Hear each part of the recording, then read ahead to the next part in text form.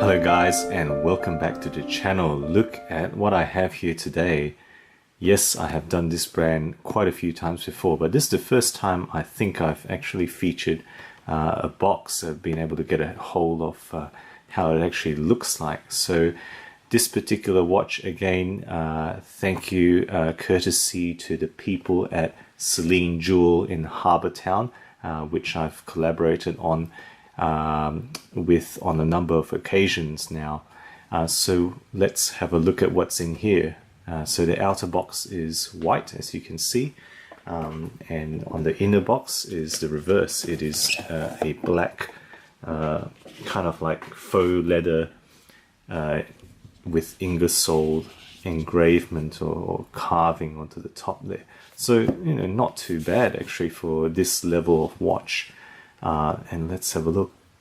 So look at that, look at what we have here. So again, Ingersoll on the inner cushion there, and on the actual holder we have this particular model. So what we have is the Ingersoll Nez Perce or Nez Perce or Nez Perce, as I understand the North American Indian tribe sometimes just call themselves Nez Perce. The original name was coined by French explorers, Nez Perce meaning pierced nose, but in my reading I understand that that's possibly a misnomer, because it was really the nearby Chinook tribe that more tended to use pierced noses as decorations rather than the Nez Perce people themselves. But anyway, you know, that's really the North American Indian tribe. That's where the name comes from, Nez Perce. The model number is IN1918SL.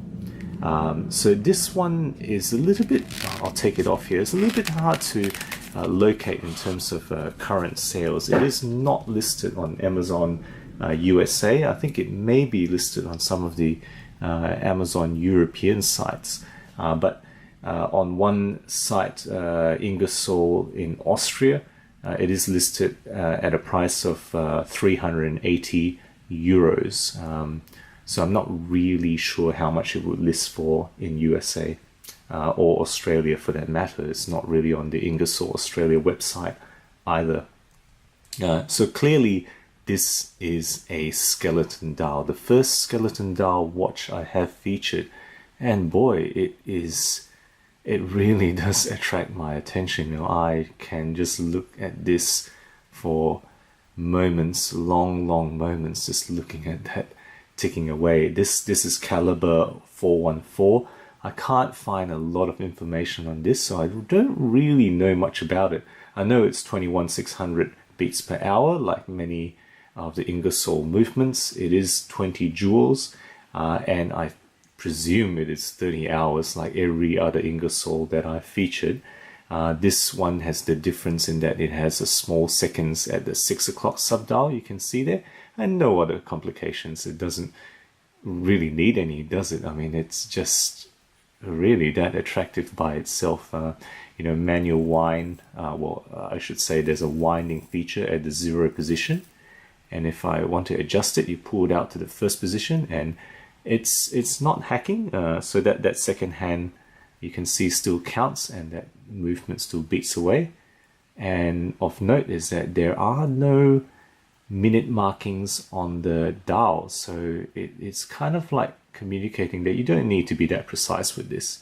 You know, just get the time to within roughly plus or minus 1 minute, and that's all you really need. You know, that hour and minute hand floating above that skeleton dial there. So it's implemented on this plain steel case with obviously that transparent center. You can just look through the movement through the back of the watch into the mineral glass display back, which you know, which you can see there. And look at that rotor, that you know, that's got some carved decorations on it through that mineral glass display back. The center, the loom is on the hour markers across the 1 to 12 hour position, and then those dots on the tips of the hour and minute hands have loom. So that's really all they've aimed to do on this.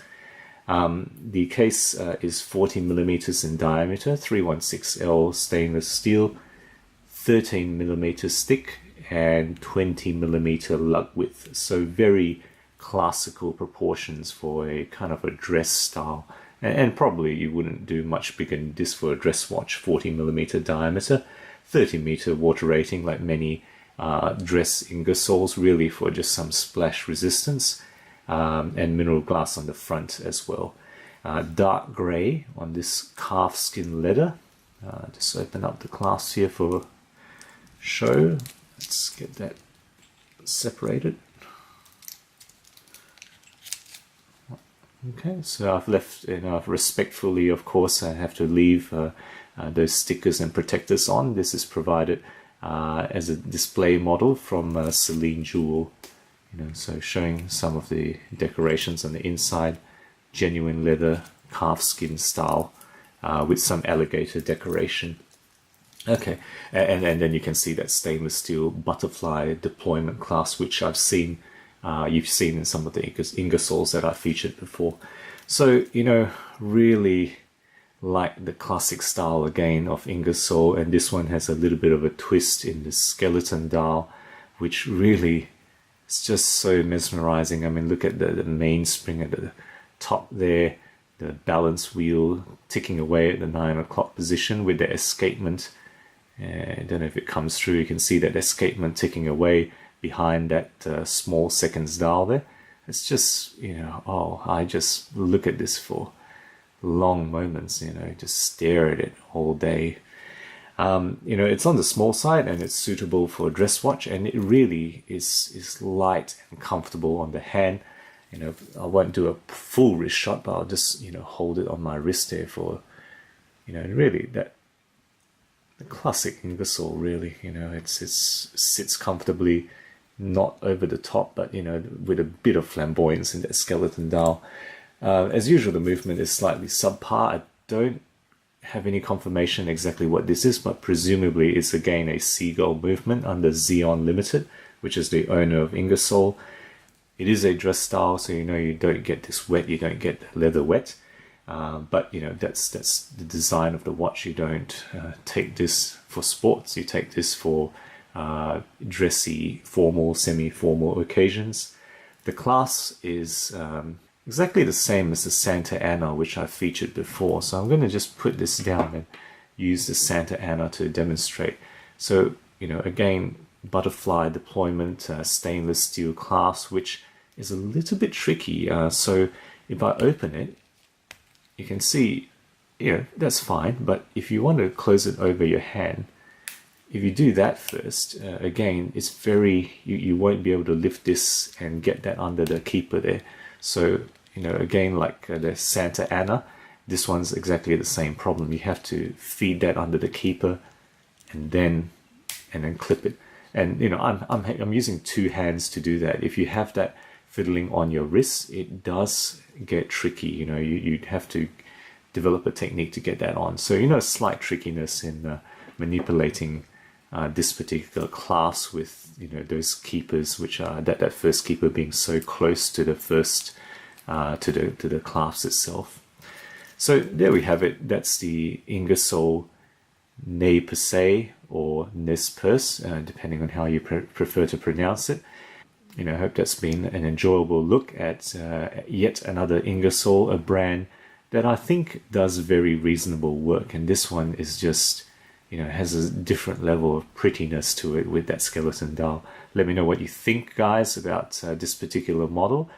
Subscribe as usual if you want to keep in touch. And as always, I will catch you guys next time.